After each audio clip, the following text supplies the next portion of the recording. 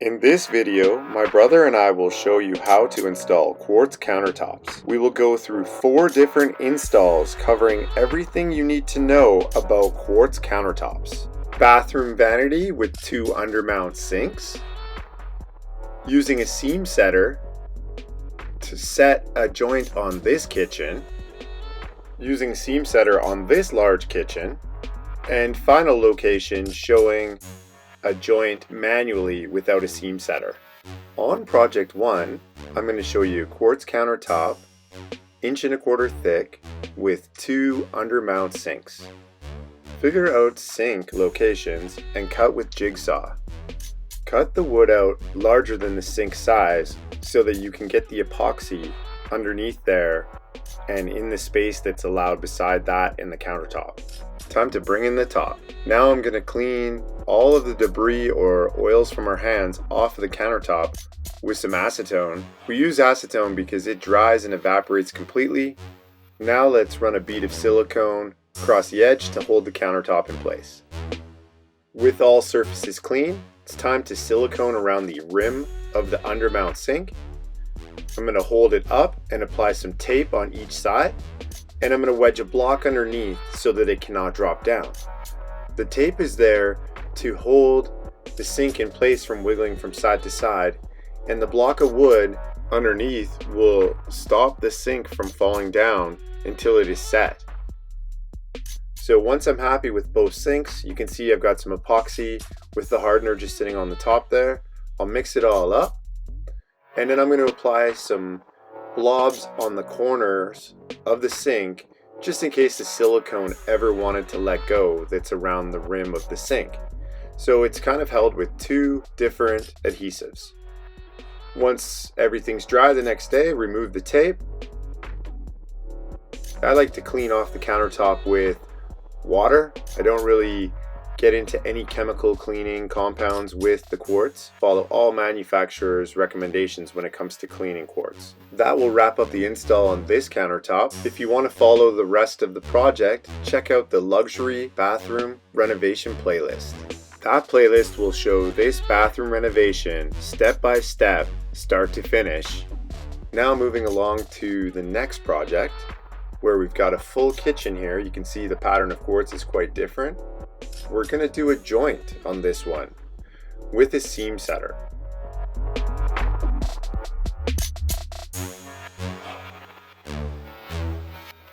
Time to bring in the pieces.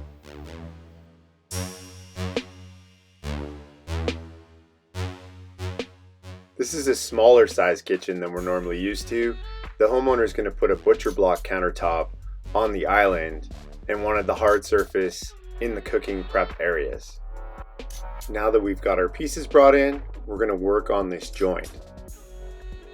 The 2 surfaces of quartz are not sitting level with each other. We're going to use cedar shims to shim the quartz so that they are sitting flat with each other.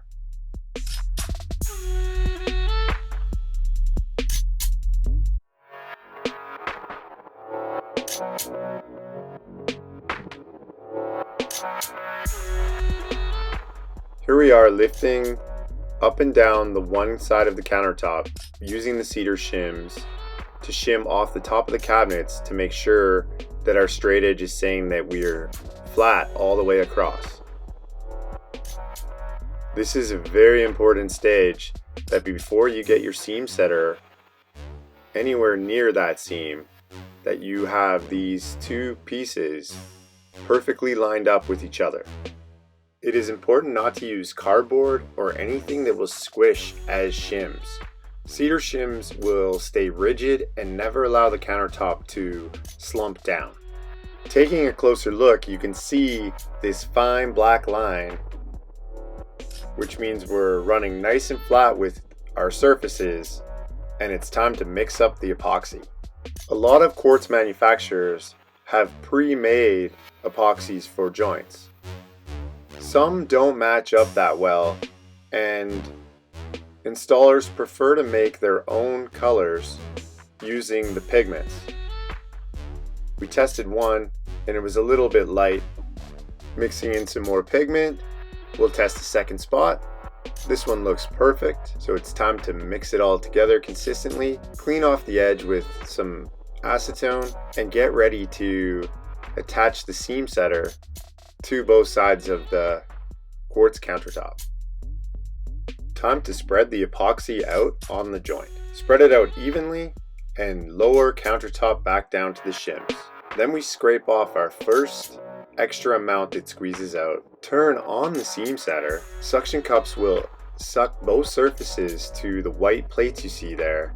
And now we can use the black roller to move the countertops tighter together. With the black knobs, I'm making adjustments to run my finger across the joint to move either the slab up or down, ensuring they're true with each other. The epoxy will be dry in about 10 minutes. This is the area behind the glass stovetop. Dry fitting our piece from side to side, we'll then apply epoxy to both sides and drop in. Use razor blade to clean off extra epoxy and let dry. Now let's leave this to dry and get back to our other joint. Remove seam setters and clean joint off with razor blade and acetone. You're going to scrub off any epoxy that is trying to bond to the surface. Prep for a top coat of epoxy. With color matched epoxy, fill in void and overtop a joint.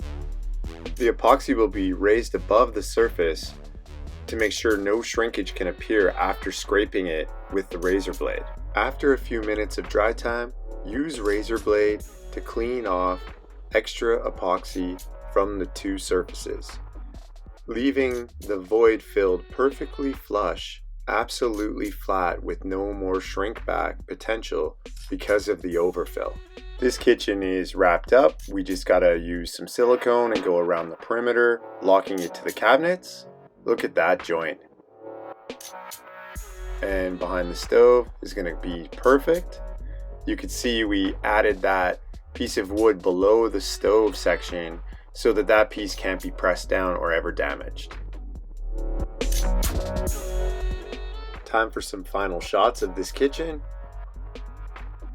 Those joints literally blend in perfectly and are super smooth to the touch.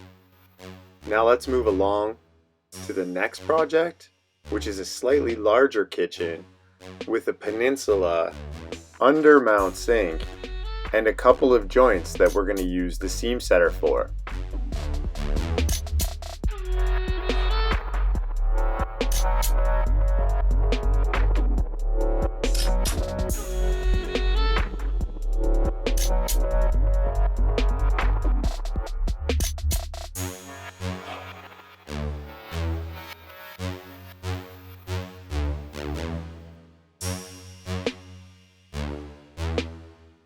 Once all pieces are shimmed perfectly flat with each other, it's time to bring out the seam setter and work on these joints. This example is pretty well the same as the last example, except that we're using much larger pieces in this one, so we're doing a dry fit.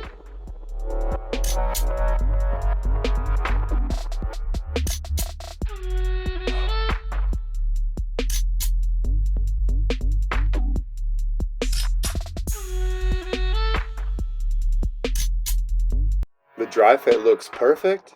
Let's mix up the epoxy and watch this joint disappear.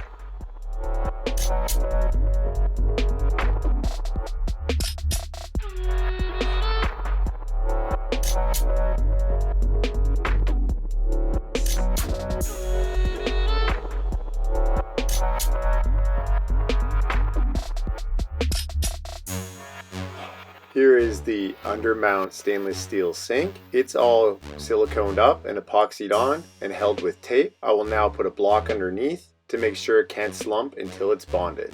Some final shots of that joint before we move along to our final project, where we do a joint without a seam setter, kind of considered the old-fashioned way. Follow along.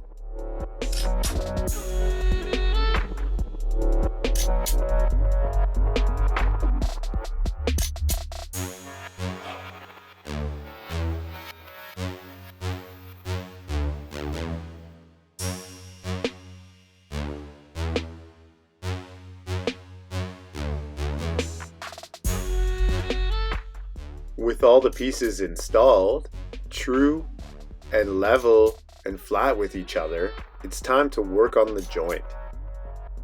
Pull the pieces apart.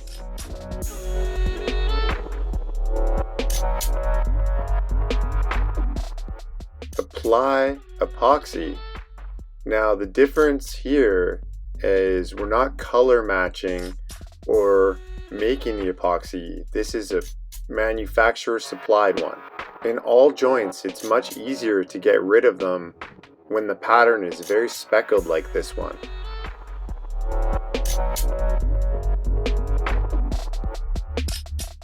With the one side secure, press the perfectly shimmed other side against the other, oozing the epoxy out.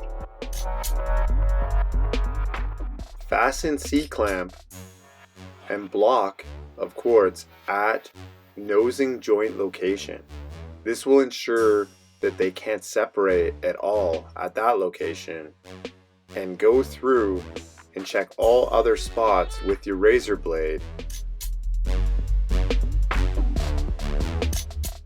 Go with the razor blade and clean up the extra epoxy that's sticking out.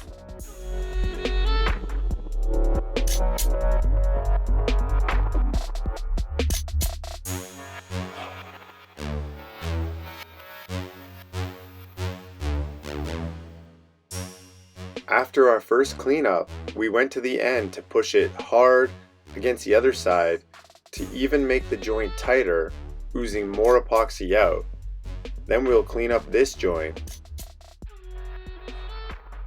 After a final cleanup of the epoxy, use masking tape to prepare the joint for the final fill of the color matched epoxy, just like you saw in the past two seams where we used the seam setter. Thanks for watching. If you enjoyed this video, please like and subscribe.